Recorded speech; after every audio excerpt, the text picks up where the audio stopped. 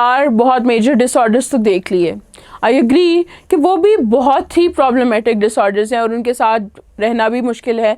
But the problem is कि एक जो रेस्पिरेटरी सिस्टम का बहुत ही सिवियर किस्म का, फेटल किस्म का डिसऑर्डर है, and that is lung cancer.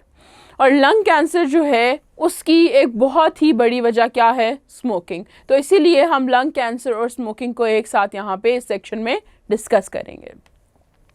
तो अगर हम लंग कैंसर को डिफ़ाइन करें कि एग्जैक्टली एक्चुअली वो होता क्या है, तो lung cancer is a disease of uncontrolled cell divisions in the tissues of the lung. The cells continue to divide without any control and form tumours. अब जो सेल्स हैं हमारे लंग्स के, उसके अंदर उनकी जब बहुत ज़्यादा अनकंट्रोल्ड डिवीज़न होती है तो वो वहाँ पे ट्यूमर्स बना देते हैं। वो ट्यूमर्स जहाँ जहाँ जैसे जैसे बनते जाते हैं, जैसे जैसे एक डिज़ीज़ प्रोग्रेस करती है, वो आपके लंग्स की जो सारी सरफेस है, जो एल्वुलर स्ट्रक्चर्स हैं, उनकी जगह लेते रहते हैं। जब एल्वुलर स्ट्रक्चर्स जो हैं वो डिस्ट्रॉय होते रहेंगे, उनकी जगह सारी ब्लड सप्लाई जो है वो बनने वाले ट्यूमर्स जो है वो हथियार लेंगे, मोड़ लाइक कि उसको हाईजैक कर लेंगे सारी ब्लड सप्लाई को। तो आपके लंग्स का सर्वाइवल जो है वो मुश्किल हो जाएगा, और जब आपके लंग्स का सर्वाइवल मुश्किल है तो आपका सर्वाइवल भी मुश्किल है।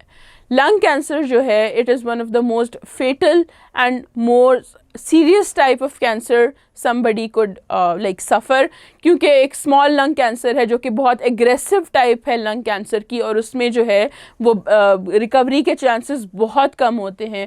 बाकी कैंसर्स को हम स्टिल कुछ तरीक़ों से, कीमोथेरेपी से, रेडिएशन थेरेपी से और चीज़ों से हम कंट्रोल कर सकते हैं, लेकिन लंग कैंसर जो है वो बहुत अग्रेसिव होता है and it has a very high fertility rate as well. तो लंग कैंसर जो है उसके साइंस और सिम्टम्स जो हैं वो बहुत सारे और जो रेस्पिरेटरी डिसऑर्डर्स हैं उनसे मिलते जुलते हैं। बट लंग कैंसर्स जो हैं, क्योंकि एक जेनेटिक प्रीडिस्पोजिशन भी होती है एक बंदे की कि वो लंग कैंसर सफ़र करेगा या नहीं, फिर कुछ रिस्क फैक्टर्स भी होते हैं, जिसमें सबसे बड़ा रिस्क फैक्टर है स्मोकिंग।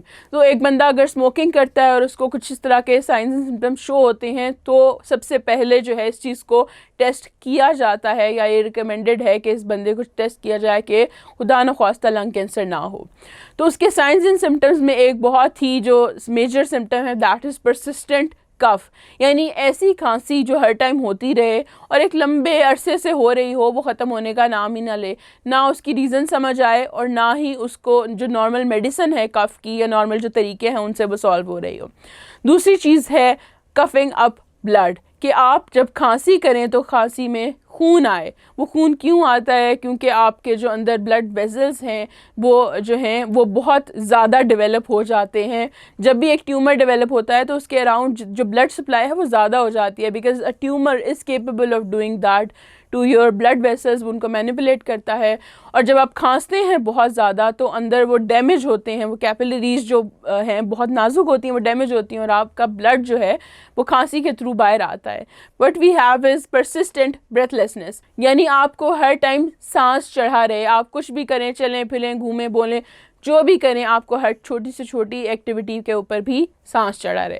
फिर अनएक्सप्लेन्ड टायर्डनेस है, यानी कि एक ऐसी थकावट जो ख़त्म होने का नाम ही ना ले, कि आप रेस्ट करें भी, आप नींद पूरी भी करें, सब भी कुछ करें, लेकिन आपको हमेशा ये फील हो कि आप थके हुए हैं। इसके अलावा आपकी जो चेस्ट पेन है, वहाँ चेस्ट पेन बहुत ज़्यादा हो, हर वक्त हो, पीरियडिकली हो और उसका कोई इलाज समझ ना आ रहा हो, और उसके साथ साथ आपका वेट भी लूज़ हो रहा हो। तो ये सारे साइंस एंड सिम्टम्स जो हैं ये इंडिकेट करते हैं कि किसी बंदे को लंग कैंसर हो सकता है। ऑब्वियसली ये सारे एक बंदे में शो नहीं होते और इससे डिफरेंट भी होते हैं, लेकिन टेस्टिंग जो है और डायग्नोसिस जो है उसके तरीके इतने जो हैं एडवांस हो चुके हैं कि हम पता लगा लेते हैं कि इसको कैंसर है या ये कोई कॉमन प्रॉब्लम है कोई और। अब जो लंग कैंसर है उसकी एक बहुत बड़ी वजह क्या है? Smoking. Smokers are at higher risk of developing lung cancer. कि स्मोकिंग में 4000 केमिकल्स होते हैं जो एक बंदा स्मोक कर रहा होता है, उसके साथ उस 4000 केमिकल्स में से 50 नोन कार्सिनोजेंस हैं। कार्सिनोजेंस का मतलब है वो compounds that are known to cause cancer in humans. तो एक बंदा जो स्मोक कर रहा है और उसके अंदर 50 नॉन कार्सिनोजेंस जा रहे हैं, तो there is a high chance of that person developing lung cancers. और लंग कैंसर दूसरे लोगों को भी होते हैं, लेकिन जो स्टडीज़ हैं, जो रिसर्च है, वो इस चीज़ को साबित करती है कि लंग कैंसर होने का ख़तरा स्मोकर्स को सबसे ज़्यादा है। उसके साथ साथ स्मोकिंग जो है वो सिर्फ लंग कैंसर ही नहीं कॉज करती, और भी प्रॉब्लम्स हैं जो स्मोकिंग की वजह से होते हैं, जिसमें से हमारे पास हार्ट डिसऑर्डर्स हैं, हमारी जो हार्ट की जो नसें हैं जिसे कहते हैं, जो वेन्स हैं, जो आर्टरीज़ हैं, उनके कुछ प्रॉब्लम्स हैं वो हो सकते हैं। उसके अलावा जो हमारा डाइजेस्टिव सिस्टम है वो भी बहुत बुरी तरह से इम्पैक्ट होता है स्मोकिंग की वजह से।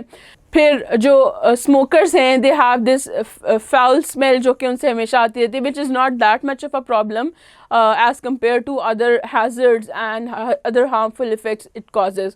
और जो हमारे सिगरेट्स हैं, उसका एक और मसला ये भी है कि जो बंदा सिगरेट पी रहा है वो तो पी ही रहा है, वो होती है एक्टिव स्मोकिंग, यानी कि the person who is smoking.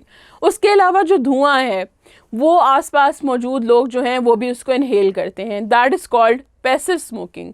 और आपको एक बात बताऊं तो पैसिव स्मोकिंग एक्टिव स्मोकिंग से ज़्यादा डेंजरस होती है। क्यों? क्योंकि जो बंदा एक्टिव स्मोकर है, वो जो स्मोक इनहेल कर रहा है मेजरली वो एक सिगरेट के फ़िल्टर के थ्रू इनहेल कर रहा है, लेकिन एक बंदा जो कि उसके बर्निंग एंड से निकलने वाले केमिकल्स और कंपाउंड्स को इनहेल कर रहा है, वो किसी फ़िल्टर से नहीं कर रहा। तो एक्टिव स्मोकर्स वो तो खुद जानते हैं कि क्या अच्छाई है क्या बुराई है, बट पैसिव स्मोकिंग से भी एहतियात बरतनी चाहिए कि अगर आप खुद स्मोक नहीं करते तो उस एनवायरनमेंट में ना रहें जहाँ पे स्मोकिंग हो रही हो, कि आप पैसिवली विदाउट एनी रीज़न वो स्मोक इनहेल करें। तो इस तरह से जो स्मोकिंग है वो बहुत सारे हैज़र्ड्स हैं, उनमें से एक लंग कैंसर है, but other than that it badly affects your health. So इस तरह से हमने इस पूरे चैप्टर में गैशियस एक्सचेंज को डिस्कस किया, हमने प्लांट्स में डिस्कस किया, हमने ह्यूमन बींग्स में डिस्कस किया, हमने अपना पूरा रेस्पिरेटरी सिस्टम एक्सप्लोर किया कि उसमें क्या क्या चीज़ें एग्जिस्ट करती हैं और क्या क्या चीज़ कैसे कैसे फंक्शन करती है। और एट द एंड हमने जो रेस्पिरेटरी सिस्टम के जितने मेजर डिसऑर्डर्स हैं उनको भी स्टडी कर लिया और देख लिया कि जो स्मोकिंग है वो किस तरह से हमारे रेस्पिरेटरी सिस्टम को डैमेज कर सकती है। I have tried my level best to explain everything in detail. This is your biology instructor Zainul Arfin from tutorial.pk.